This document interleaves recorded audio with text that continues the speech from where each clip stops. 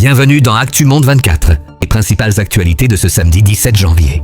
On commence par l'Europe, très en colère face aux nouveaux tarifs douaniers imposés par Donald Trump autour du dossier extrêmement sensible du Groenland.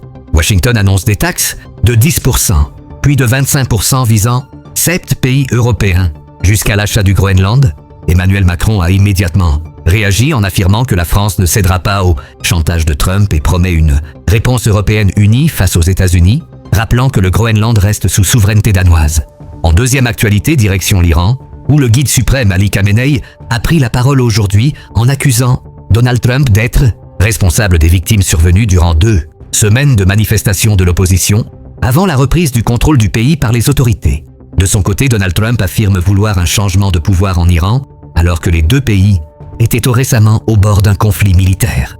Enfin, on termine avec l'Espagne, qui signe un nouveau record historique.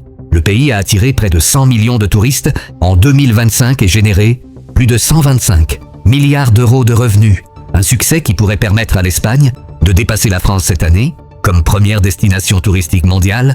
Toutefois, le tourisme de masse est de plus en plus mal perçu dans le pays, notamment à cause de la hausse des loyers et du coût de la vie.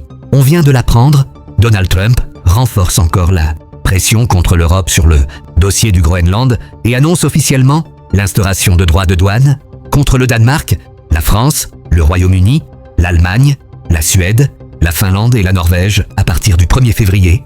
Ces taxes, fixées à 10% sur tous les produits de ces pays, devraient passer à 25% à partir du 1er juin. Selon Donald Trump, ces tarifs seront maintenus jusqu'à ce que le Groenland passe sous contrôle américain, alors que les États-Unis prépareraient une offre de rachat au Danemark malgré les déclarations fermes de Copenhague. Cette annonce remet en cause le dernier accord commercial entre l'Union européenne et les États-Unis, qui fixait une base de 15% pour les exportations européennes. C'est aussi un message politique fort après le déploiement d'une trentaine de soldats européens, dont des Français, des Allemands et des Britanniques, au Groenland pour un exercice militaire avec le Danemark. Pendant ce temps, des milliers de Danois ont manifesté à Copenhague et au Groenland pour dire non à Donald Trump.